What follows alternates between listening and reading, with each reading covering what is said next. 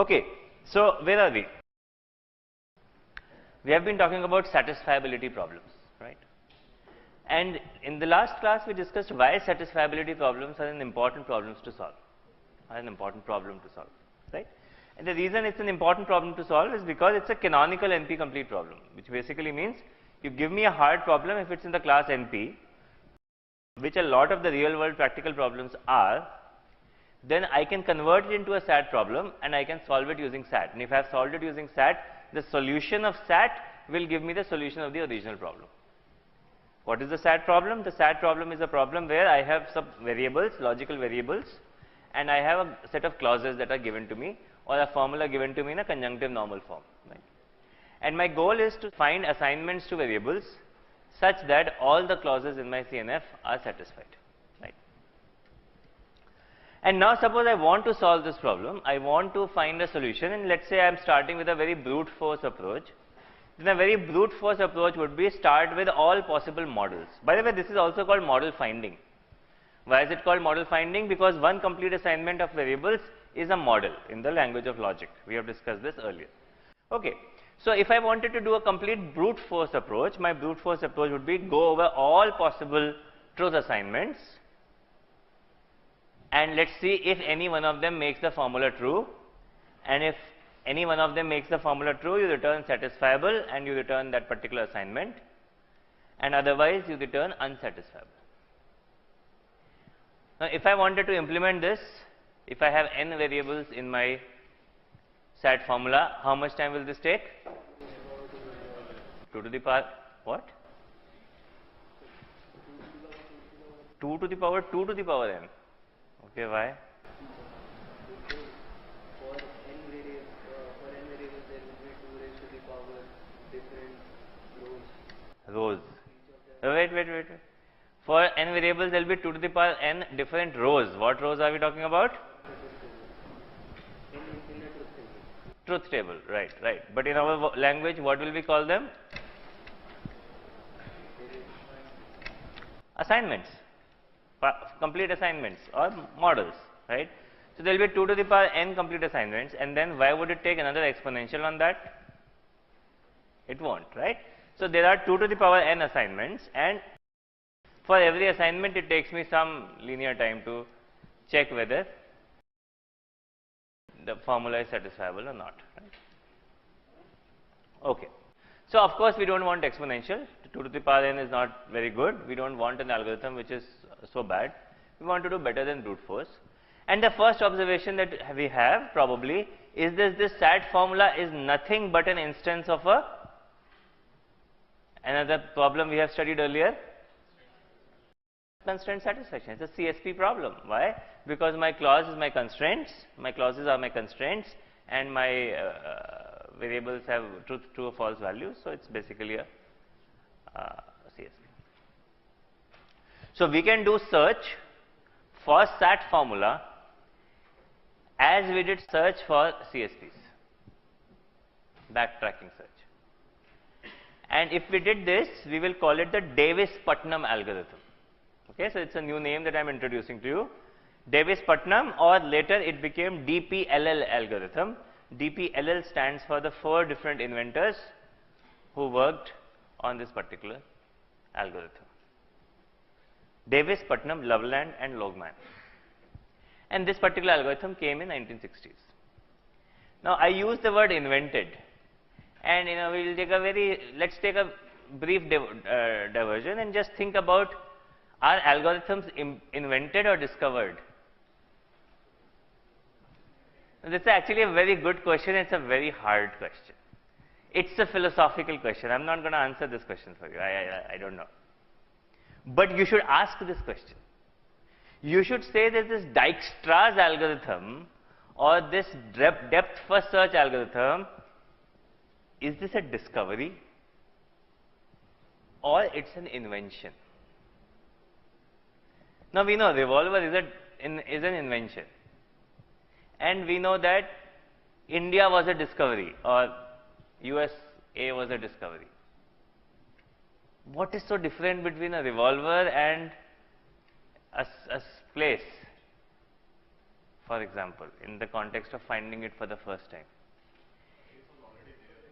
It already existed, right? Now, revolver did not already exist. Did Dijkstra's algorithm already exist?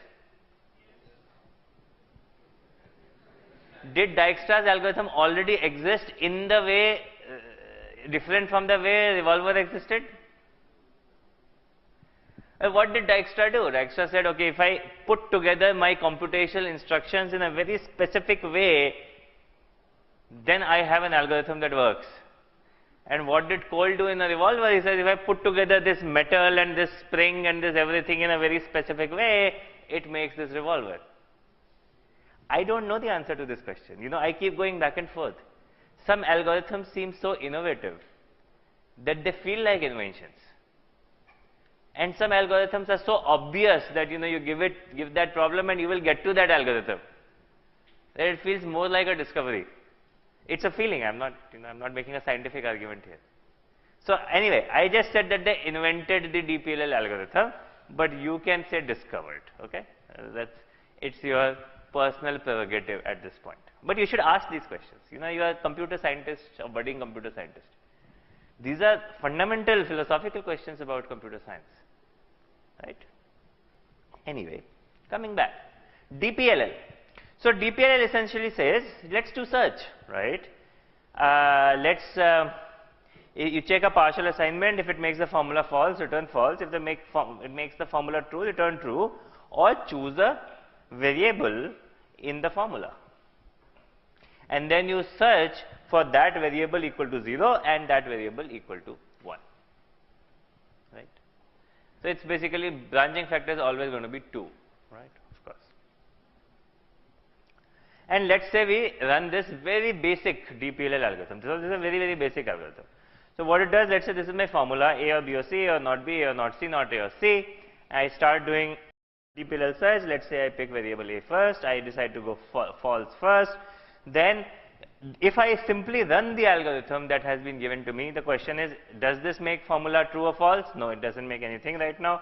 So I go B, I branch on B false, then I ask the question, does it make the formula false or true? So far, no, it does not. I keep doing, I branch on C, then I ask the question, does it make the formula true or false? It makes the formula false. I backtrack. Now when I backtrack, I go back to C and I try the value true, then I try the value true for B, and I keep doing this, and this is how the algorithm will work, and finally I will get the first success, and that's where I will stop. So now, of course, this is a backtracking search algorithm because at any point we are only branching on one variable. This is the search space is the space of partial assignments, just like in a CSP, and it's a depth first search style algorithm, right? In particular, backtracking search.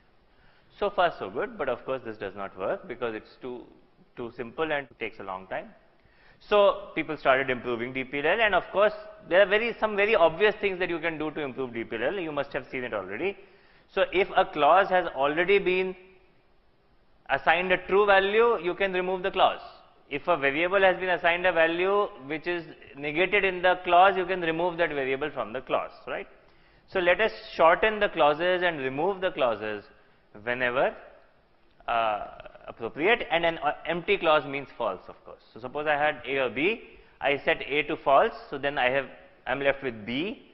I set B to false, then I'm left with an empty clause. Empty clause is false, I backtrack. Okay.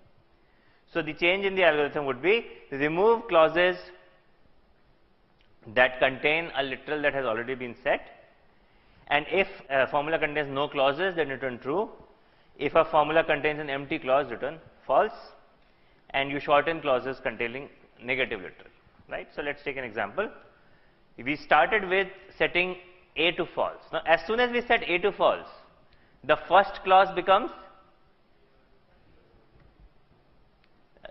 this is where I want to start having you put your thinking caps back on, because I'm going to ask you some questions in the next slide. So as soon as I put A to false, I set A to false, the first clause becomes B or C, the second clause becomes not B, and so on and so forth. Fourth clause becomes true, so you can remove it, right? So this is what we do. This is the formula we are left with. Then we branch on B. We branch on B, set B to false, so then we are left with C and not C, right? The middle formula goes away, and then we set C to false, and this is what we are left with.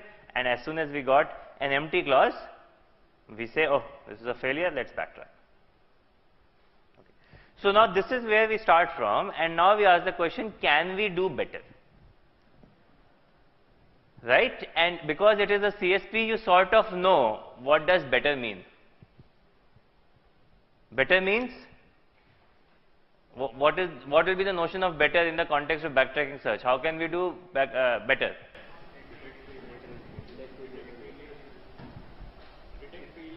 Detect failures early, exactly. And what else? Choose which variable to branch on, right? So those are the two important levers we have right now. Choose which value to branch on is also appropriate, and we will see an example. So in order to get your intuitions going, let us look at this particular formula. Now, if you were looking at this formula, which variable would you pick first? Think about it. Think about it. I will ask a random person. Let's say you have to figure out how to make this formula true, right? Formula true means each individual clause should be set true, right? And each individual clause is a disjunction of variables. So how? Let's say I ask the person in the green, what's your name? In the second row. Yes? Mayank. So in this formula, what can you obviously say looking at this formula? If C is false, then? Right. If C is false, then not of C will be true. I agree with this statement.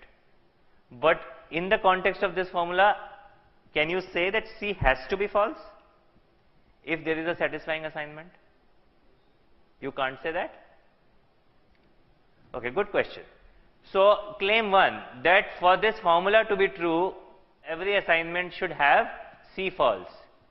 Claim 2, that's not true. How many believe in claim 1? How many believe in claim 2?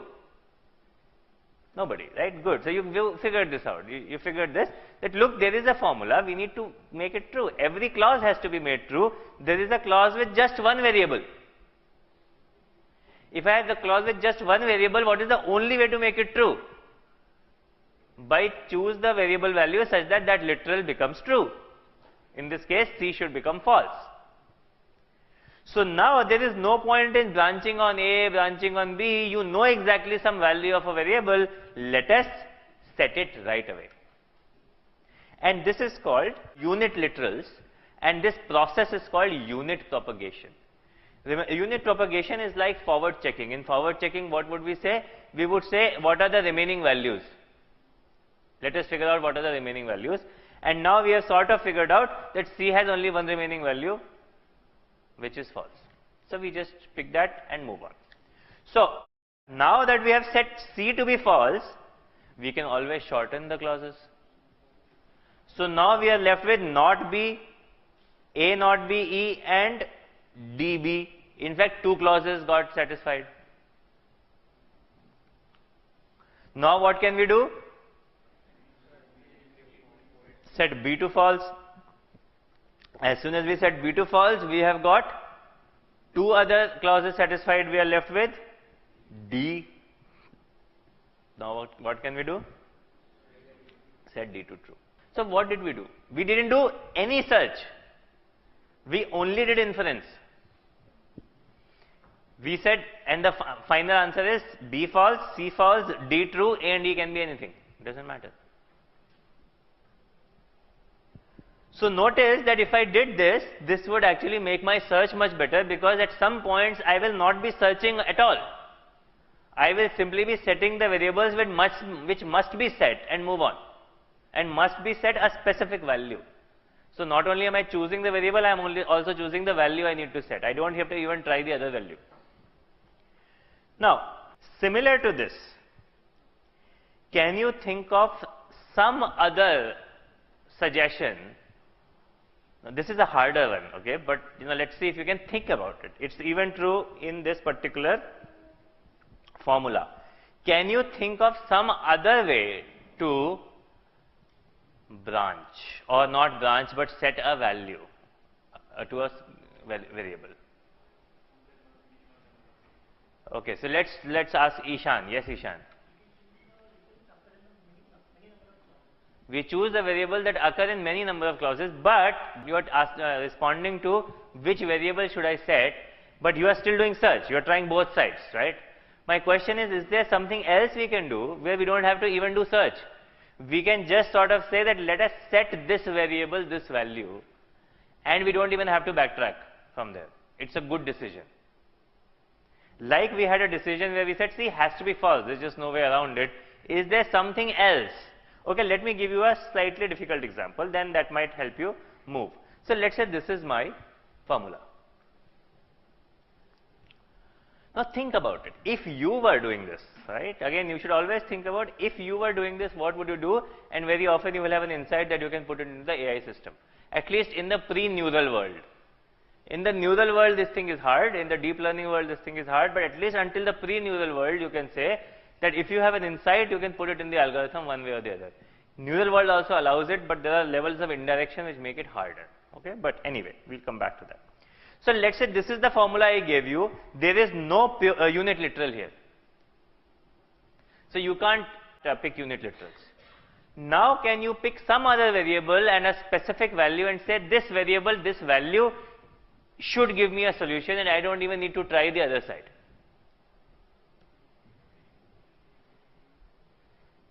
Okay, so let's see. Yes, what's your name, new person? Abhay, yes.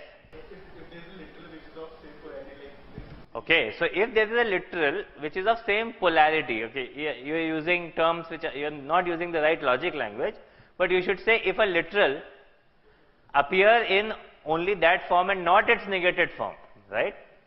Then we assign that literal first, we assign that literal true. So Abhay makes a very good observation. For example, in this case we can assign D true. So, you know, Abhay says something very interesting. He says, look, think about D. I have D in the second clause, I have D in the fourth clause. In both of these clauses, D is in the positive form.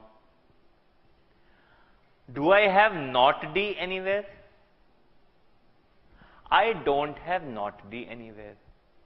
I just need to find one satisfying assignment. I don't have to find all satisfying assignments. So, if I set D to be true, I am only helping the clause and not hurting the formula at all. I am helping all those clauses where D shows up, but I am not hurting anything. If I am not hurting anything, there is no reason to try the other value. There may be solutions there. There may be solutions with D set to false. I am not saying that there are no solutions, but we don't care. We just care for one solution. Are you able to see this? So, because D only appears in the positive form, we can set it to true.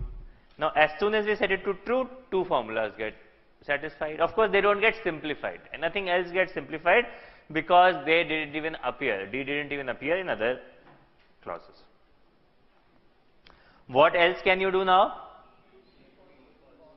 We can set B to false because B also has the same characteristic. These are called pure literals. By the way, if we set B to false, we will be left with E, A and not C. And they will also be pure. You can set anything. So your solution would be B false, D true and let's say A true. These are called pure literals. A symbol that always appears with the same sign, right? And that really helps us in not branching on some variable values and making faster progress in search. Okay. So if a formula is only true when literal L is true, branch immediately on that literal. Those are called unit literals. If L does not appear negated in a formula F, then setting L true preserves satisfiability of F, branch immediately on pure literals. Again, these can be viewed as adding constraint propagation techniques into play.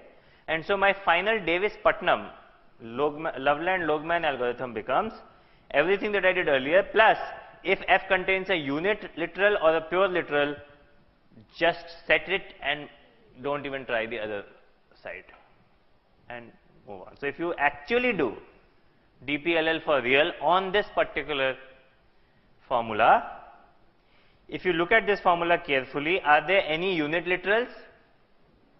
No. There is no unit literal because there is no clause of size 1. Are there any pure literals? No. A and not A, B and not B, C and not C, all of them are present. At this point, I cannot set anything obviously.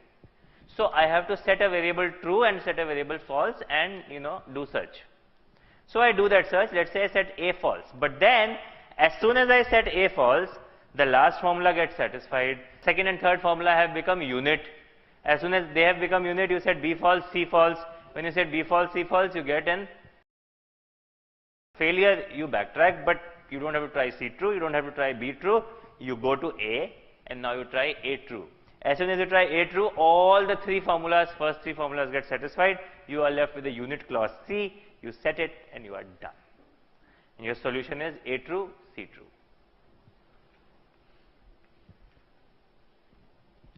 So this is my DPLL algorithm for solving satisfiability problems. But now we have to ask the question, is there some place where a heuristic could further improve performance? And you know the answer to that. Where is that heuristic? When there is no unit clause, and when there is no pure literal, what do we have to decide? Which variable to do search over. Okay. Let's go back. In CSPs, we said that which variable do we pick? Do you remember? Most constrained. And our definition of most constrained was the number of remaining values for that variable should be the highest. How many values do we have for any variable here? 2. So that maximum remaining values heuristic is obviously not going to work here. Everything will have 2. So let us think about it again. What do we want? We can use the degree heuristic. The degree heuristic says a variable appearing in more constraints. So in this case, a variable appearing in more clauses. However, there is a secondary insight here. And the secondary insight is that, in typical CSPs, the domains are large and so we don't get there. But in logic, the domains are always of size 2. And we know all the tricks about unit literals, etc. And so we really want to get some clauses become as short as possible quickly so that we can set them to those values and we don't have to do that much search.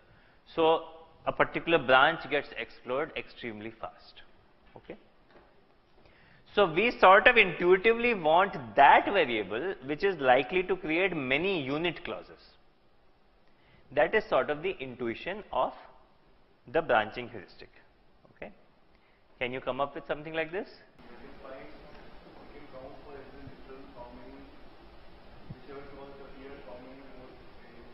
So we can take for every variable, figure out how many clauses it appears in, correct, and what else? And count the number of other variables appearing in that clause. And for the one that is the least number of the other variables. So that's a reasonable suggestion, and when you try it, you might find that there is some inconsistency or something you need to fix. But the final answer is not very different. The answer is sort of what is called the Mausam heuristic. The most occurrences, which is like degree, in clauses of minimum length. Okay. So if I have clauses of length 2, then pick a variable that has that can reduce the clauses of length 2. If I have clauses only of length 3 or more, then I pick all the clauses of length 3 and then find the most occurrences in those clauses. So the extremely large clauses we don't worry about initially, because there are too many ways to set them to true. A clause is a disjunction at the end of the day. So if I have a large clause, then there are many different ways to typically satisfy it, and so we sort of are interested in the small clauses, and then we say let us pick that variable that appears in more of the smallest clauses. Okay. So this is finally the DPLL algorithm for satisfiability.